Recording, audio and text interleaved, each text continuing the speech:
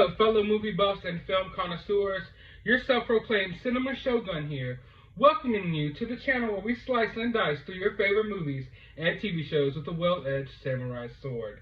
Now, after 6 long weeks, The Falcon and the Winter Soldier has finally come to its conclusion.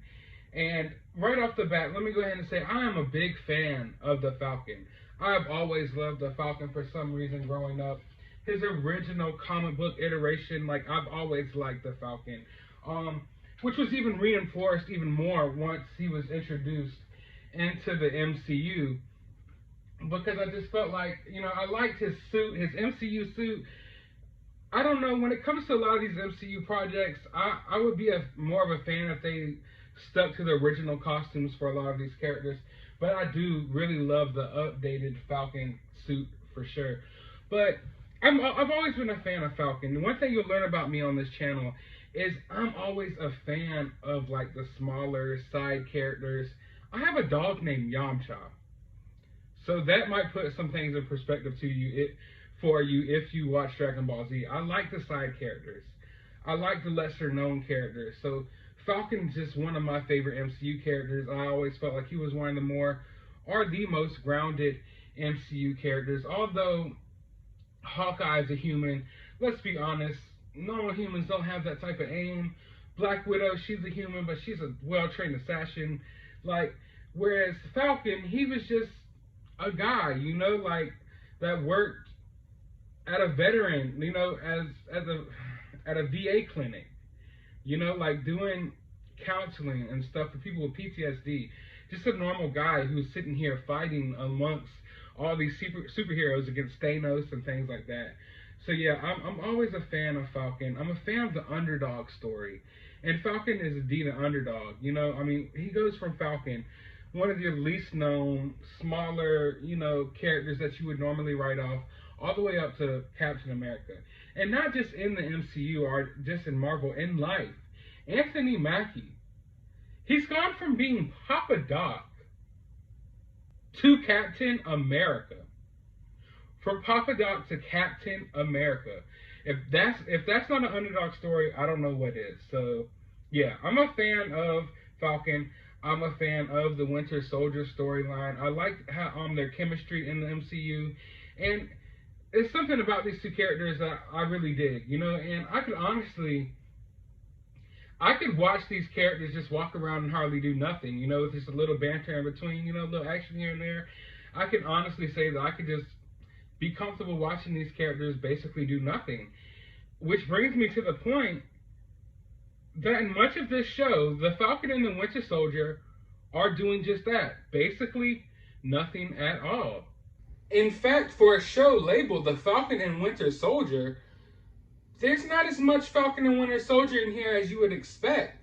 I feel like the show goes out of its way to sit with characters like Karli 24/7, and it never really gets a chance to flesh out Bucky's story. I felt like the first couple episodes, it looked like we were going to get deep into Bucky. You know, we're going to get deep into what's going on with Bucky and subconsciously his issues that he's dealing with. And it just never really went anywhere. It took its time focusing on Karli. I guess this character who they thought was going to be so interesting. But let me tell you, it is my most hated character of all time in the MCU. The most pointless character of all time. But we have this show called The Falcon and Winter Soldier that honestly doesn't give the titular characters much to do at all. In fact, like I said, I'd be comfortable watching a show with just these two characters basically doing nothing, walking around, and that's a lot of what this show is.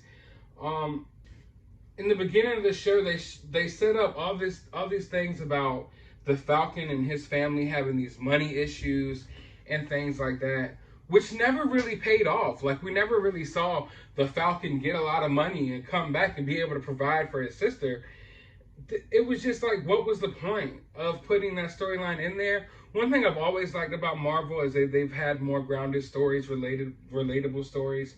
So yeah, you could relate to something like what the Falcon was going through. But it also raised a lot of questions, like, why isn't Tony taking care of these characters? Like, is Tony just letting these people who are saving the world with him be out here broke when he's the richest man in the world, you know? But that's neither here nor there. they set up that storyline and it basically went nowhere. Like, they set up this, like, I don't even know how to put it. It just feels like the show was robbed from Anthony Mackie and Sebastian Stan. It was promised that this was going to be like a buddy cop type of show, which is what I went in expecting, and there was very little buddy cop. In fact, the one-liners and, you know, the little quips between Bucky and Falcon are very small here. Like, it doesn't happen too often, which was my favorite, you know, that was my favorite dynamic between them two. Now, of course, I know they're getting a little bit closer, so I guess they're not sending jabs back and forth as much, but that's just kind of non-existent in the show. And that's what I actually watched this show for. The storyline, although it tries to be ambitious, it never really goes anywhere. I never identified, you know, or related with Carly's struggle. In fact, throughout the whole show, I was questioning, like, what is Carly even really doing? Like, what is her real purpose? And her purpose, like, you could try to overcomplicate it and explain it to people, and I've seen, like, a lot of people on Twitter and stuff trying to overcomplicate the situation. If you want to really break it down to just the basics, which I think is really important in life, like, sometimes you just need to stop overcomplicating things and break it down to the basics. If you want to break Carly down to the basics, Carly's motive was that when the snap happened, you know, a lot of people disappeared. So basically, a lot of people who were living this type of life, who maybe didn't have as many things, you know, maybe they didn't have nice houses and things like that. They were basically moving in and taking over, you know, other people's homes who disappeared. So when the people came back, they're wondering, like, hey, what the heck is Carly doing in our mansion that we paid off, you know, that we worked hard to pay for? What is people like Carly doing in my house? And she got displaced. So that's basically what's going on here. It's people like Carly who didn't have it like that before the snap, started living a life of luxury without earning it. Because, you know, there's just less people on Earth. So they're taking over, you know, a lot of people's businesses and homes and land and whatnot. And then those people come back after the, you know, after the snap, and they want their stuff back. And Carly doesn't want to give it back.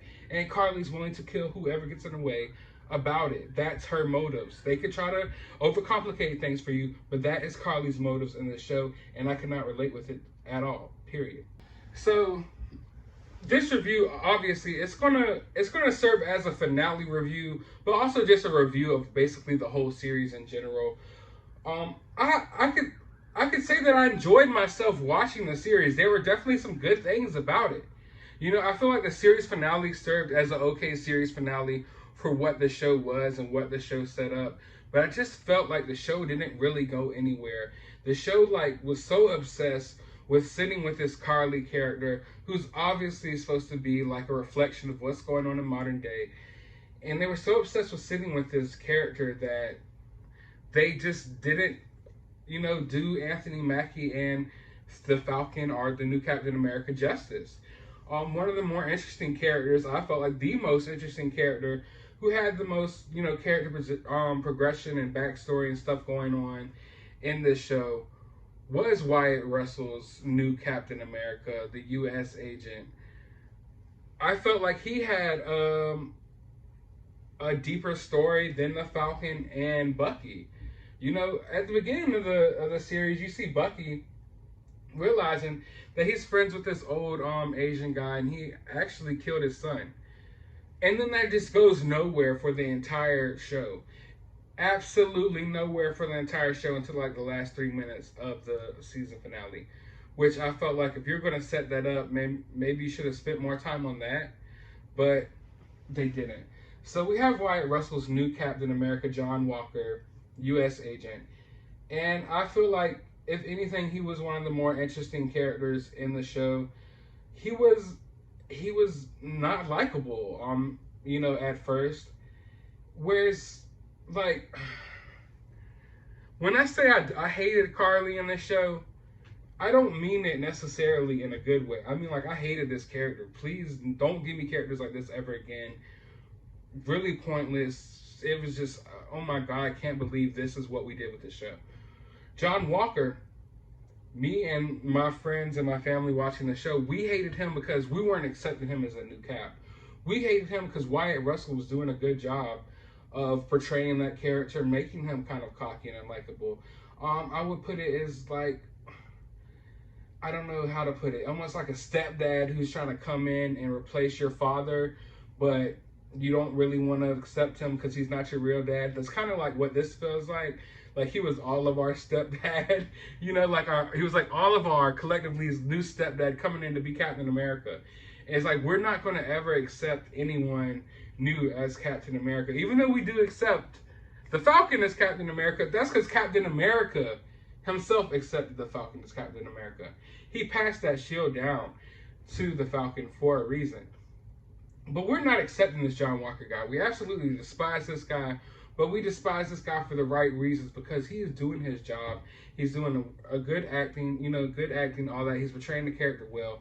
So we hate him for a good reason. Whereas Karli is just a pointless, one-dimensional, dry character who's, I don't know, Disney keeps trying to pass this person off as like this leader of rebellions. I believe it's the same person who played Enfys Nest inside of Han Solo, and I honestly hated that as well. I don't know why they keep trying to make like these leaders of rebellions and stuff like that. They try to make them like these big, like imposing villains or, you know, characters, and like I don't buy into it. I don't buy into the motives. I'm just all around like, if anything made me dislike the show, it was Karli. I feel like Baron Zemo was a little bit wasted here. I liked some of the aspects of Baron Zemo. In a way, they kind of brought him in as a third wheel to walk around and do nothing with Bucky and Falcon for a while. And I wasn't really digging that. I understand humanizing the character and stuff like that. I get it. So I like a lot of the things they did with him, but I just wanted him to be more of a villain. I don't really need him to come here and be like the third friend in this situation. I don't really need him dancing through nightclubs. I know everybody thought it was funny and cool, but that's not really what I wanted from him. I was hoping to get more villain stuff from him, like more badassery from him. He puts on his mask for like 2 seconds in the entire series, just to take it right back off like 3 seconds later. So that was a disappointment. I don't know. I have really mixed feelings when it comes to Baron Zemo. I like how at the end of the season finale, though, you see him in his jail cell. You see that the car explode with the flag smashers in it. And you know that he's basically, everything that he basically wanted to happen kind of happened. Regardless of where he's at, he pulled the right strings to make the things happen. Now, that's cool. I like that and I dig that. But as far as breaking him out of jail and parading him around to be like the third wheel, third friend of the situation, I didn't really dig that dynamic. You know, I actually like it when they do things like that with villains, but I just didn't want that from Baron Zemo. I feel like too many of Marvel's villains are teetering to the point of being like anti-villains, almost heroes. Like they already did it with Loki, and I do get the sense that this new iteration of Loki that's coming up in the Loki series might be a little more evil than the Loki that we got in Endgame, but I'm kind of over that. I want some villains that are actually villains. Villains that you allow to be the villains. Not villains like Karli, who are clearly a villain, but you try to paint as a hero 24/7 in the show. At no point in time would they accept the fact that Karli was the villain. And even Baron Zemo was trying to tell them, but even Falcon wouldn't buy it. Like, she's around here blowing people to smithereens for no apparent reason. Like, I honestly don't know why. Yet they wouldn't accept her as a villain. And it reminds me of WandaVision, whereas, say what you want about that show, Wanda was the villain of WandaVision. What Wanda did to those people in that town was horrific. Wanda was the villain of WandaVision. Not Agatha Harkness, because she did, like, oh, it was Agatha all along. She pulled a couple of strings here and there. No, Wanda was the villain of WandaVision, and it never allowed her to be the villain. The show would never call her the villain or accept the fact that the villain of their own show. You know, like, they would not accept that, and that's, like, much of what we see here. And I'm kind of getting tired of that from Marvel. I want you to double down on your villains and accept the fact that they're villains. And you don't always have to play them off to be a hero when they're making bad, crazy decisions like blowing people up or mentally controlling whole towns. Now, when this show shined, Like, right from the get-go, the opening scene in the first episode was like out of this world. It set up what I think it set people's expectations a little high for what the show would be, because after that first episode, we don't really see Falcon in action like that ever again until the final episode when he gets his new suit. Now, I've seen a lot of different takes and opinions on his new suit online, and I've got to tell you right now, I'm a fan of it. Now, when it comes to the head part and the goggles, I know it looks kind of weird in some scenes, like within the scene when he's giving that speech at the end. It looks kind of corny because of the context. Like, you're sitting here giving this like super serious speech and you got this mask on, it looks kind of off. But when he's in action, I think it looks dope. The new suit is dope. I like it. I can't wait to see it in action more. But yeah, I felt like it was one of the more comic accurate suits. That looks pretty much like how he looks in the comics. So I definitely dig that aspect of it. Sharon Carter. I felt like Sharon Carter was another pointless character in this show. I never really bought her as the power broker or whatever. Never really cared for her storyline too much. She came in the first episode that she appeared in. She was pretty cool. She was pretty badass. Came through, wrecked everyone, destroyed everyone, you know, like, just made slight work of everyone involved, just kicking everyone's ass. But you have to stop and think, like, damn, in that one scene alone, Sharon Carter managed to kick more behind than the Falcon did in his own show. In fact, the Falcon, I feel like the majority of the show, if you go back and watch the fight scenes, the Falcon's kind of getting his ass whooped most of the show. And I don't get it. Like, why do you have Carly just straight up beating everyone? You have Sharon Carter just beating everyone. Yet the character who the show is supposed to be about, the character who you're setting up as your new Captain America, can't win a fight for the life of him. He cannot win a fight in this show. And in the last scene was supposed to be an epic showdown between Carly and Falcon. Falcon refuses to even throw blows. So what was the point? What was the point of setting up Carly as a super badass, you know, strong villain who could just basically run through anyone in the Marvel Universe, obviously? If you're just going to have her at the end of the show looking like a domestic dispute between a man and his wife, a man who just got caught cheating, basically, where she's hitting him like, come on, and Falcon's just like, no. That was lame. So that ending was lame. The best part of the season finale was after all of that stuff wrapped up and you actually got to chill for a second with Falcon and Bucky again. You know? That's where this show shines, I feel like, is when when Falcon and Bucky are just chilling together, not even in costume, when they're just chilling together working on the boat and stuff like that. That's where this show works the best for me. The action in the show I also thought was really good. All the fight scenes, you know, were dope. Don't get me wrong. But it's the story and the motives behind why people are fighting that doesn't add up for me. You know? That's my issue with the show. I'm judging this just off of the season finale. I don't have many issues with the season finale itself because it served its purpose. It was a perfectly good season finale for what the show was. I'm just not happy about necessarily what the show was.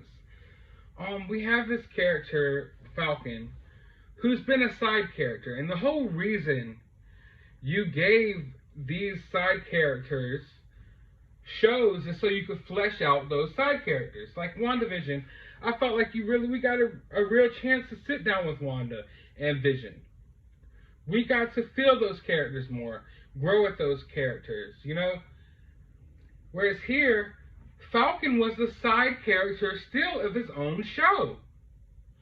Falcon was very much the side character of this show.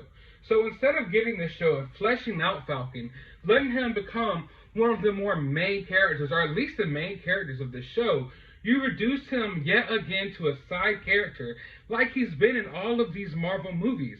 Falcon is once again a side character in his own show. You don't give him much to do. You don't make him that heroic. He loses all of his fights. You want us to believe that he's the new Captain America.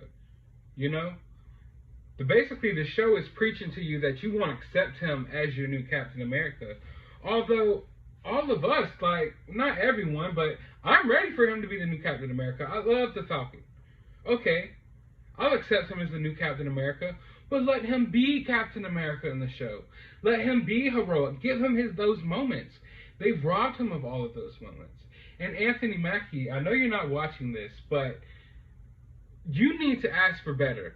They need to do better for you. Especially, I know they announced Captain America 4 now. They need to do better by Anthony Mackie and Captain America 4. Let him be Captain America. Do not reduce him down to a side character in his own movie like you did in the damn show. Please don't, because he is a side character of this show. And then at the end, they wrap it up like, oh, this whole show's just been about Falcon becoming Captain America this whole time, when really it hasn't been.